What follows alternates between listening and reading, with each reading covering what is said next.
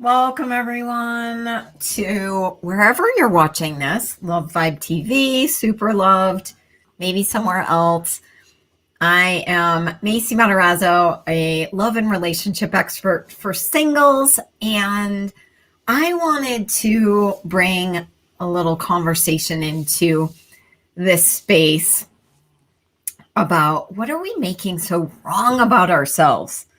And at the time of recording this is a couple days out from Love Camp, and we are in the holiday season where it's really easy to get swooped up in a lot of the funk and emotions and feelings and pressures and everything that comes along with this time of year. If you're joining live, say hello. I love seeing that. And so I know personally this sense of the inner critics that come in and say, oh, you're doing it wrong. You're too much. You're not good enough. You're this, you're that. And the heaviness that has plagued me around this question of, oh my God, I must be doing something wrong. I must be wrong. So if you can relate to that, post in the comments. And yeah, so this is something that came up in a conversation today. So I wanted to talk more about it. How do you change this? How do you get out of these cycles of feeling like things are wrong, your life is wrong, things aren't working out, like any of that stuff that really feels horrible when you're in it, because you can get swept away by the snowball of what the F that comes along with it. When you're sensing that, well, maybe things aren't working out for me. Well, here's the deal. Like when we're in judgment of ourselves or anything in our life, then that's locking it into a place where you can't actually change it. If you're judging something, then you're no longer in a place where you can make a choice for change. So the first step is acknowledging, wow, okay, these are judgments about myself. This is a habitual thing. So if it's feeling heavy and yucky, what we know about that is that it is a lie, that it is not true for us. So, noticing what stories and chatter is occurring in the mind that is locking this in place. And for me, just being able to go from, oh, wow, here's what's happening. I'm going into this story about things not working out, or I'm making myself wrong, or I'm feeling bad about myself, and being aware of that. So awareness is the best gift of all, because when you can be aware that these things are occurring, then just by acknowledging the awareness of, oh, wow, I'm aware that I'm going into this like wrongness of me, then you can start making a choice for something different. And I noticed that as soon as I am present with, wow, I'm aware that this is a judgment of myself. I'm making my life wrong. I'm buying into this story that things aren't working out for me. Just knowing that any of that is just coming from my mind, this very limited space, then I can go, okay, well, what else is possible here that I haven't considered? And the gateway, the opening for this for me was that I was working with a coach years ago, and she would say to me, well, are you willing to be wrong about all this stuff that you're saying about yourself, that you're buying is true. Because how many times are we saying something like, oh my God, my life's falling apart, nothing's working. And we say it like it's a fact. And we know that the universe works in magical, mysterious ways.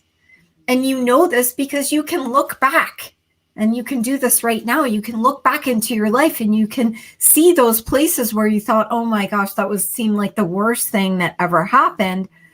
And then you can see where the different gifts showed up as a result of that. I had this time in my life where everything fell apart.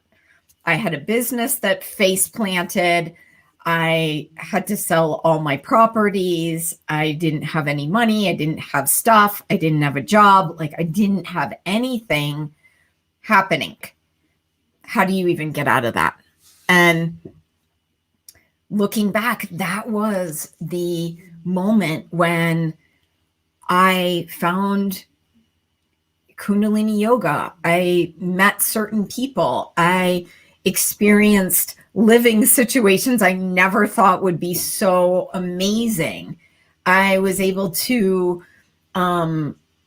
manifest a really different job that led me to a lot of new people. And then that led to greater jobs, and just all of this stuff, brought me to where I am today. So when you're in something and you're like, oh, this is the worst thing ever, how can you start inviting in, well, what if I'm wrong about this? Like, I'm defining it. I'm giving it this meaning that this is the worst thing ever. What else is possible here? And if you can start stepping out beyond and going, okay, I'm aware that everything seems like a shit show, and yet something is obviously changing because things are crumbling. And when things start falling apart, new things are born, like in the fall and the winter when the leaves fall off the trees and the trees are naked and nothing seems like it's happening. Well, underneath the surface, there's so much happening. And so what gift can you give yourself to know that no matter who you are, no matter what's occurring in your life, the universe has your back? And so what else is possible here that you haven't been able to consider? And let yourself float in the space of the possibility where you may not be able to define or name or put your finger on what it is that's being created yet, but you know that it is, because you're making the choice to trust that.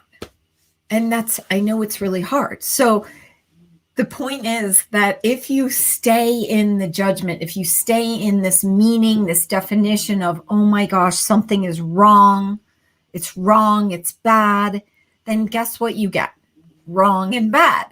So it takes this next level stretch into, okay, what else is possible here? And be aware of how many times you may just have a habit of going into, okay, this is bad, this is wrong, or going into a habit of, putting meaning to something. I'll give a really easy example for this, for those of you who are dating, in the dating phase of things right now, and super loved. We have a healing phase, we have a dating phase, and then we have a building a relationship phase. So the middle phase, like when you're dating, you may be texting each other, you may be writing each other, maybe just getting to know each other. And then there's that moment where you want to get that text from a person and you're not getting it. What happens in your head? Oh my God, what did I do? What did I say? What did I do wrong? And this is the moment when I learned this from my mentor, Sark. She said, do not put meaning to the silence. as soon as you put meaning to the silence, put meaning to, oh, this must mean I did something wrong, or this must mean this person is seeing someone else, then you're in the whirlwind of that. If you can practice not putting meaning to things and just letting go of the need to define things and letting things unfold, then first of all, you're giving it all more space. As soon as you shrink into like, oh my God, this is not working, then your whole energy gets into this kind of actually quite repelling. So being in that space where you're like, oh, okay, well, what if I'm wrong about that? And just letting yourself, this is the favorable, what if I'm wrong about that? What if I don't need to define it or need to come to a conclusion about what this is? Like, what else is possible here that I have not considered? And from this space of getting out of judgment and stepping into the beyond all of the definitions and limitations, stepping into the space beyond that, then you can receive something different.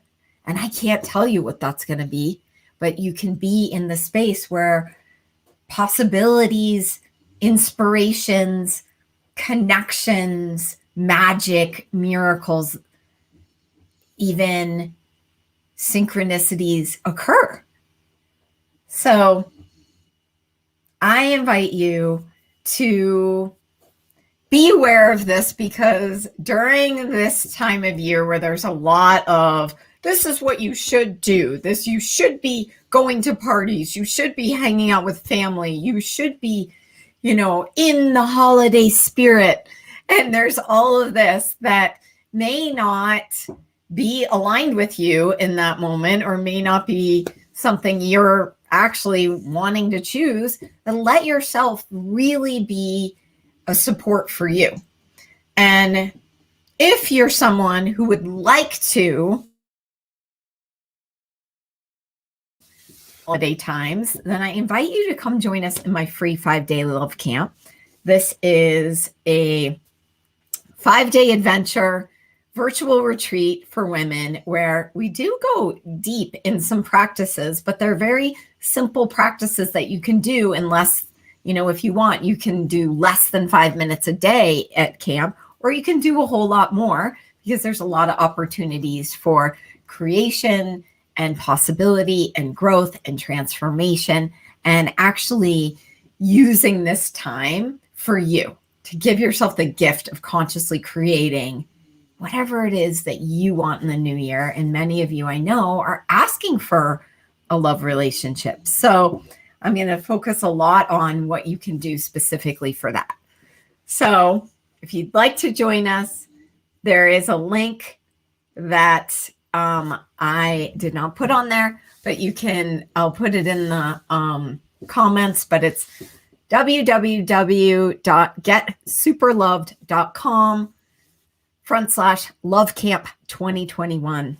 Come and join us there. And if you're watching this in the future, it may be a different address, but you can go to getsuperloved.com and find out what's going on. So thanks for being here, and we'll see you really soon. Bye, everyone.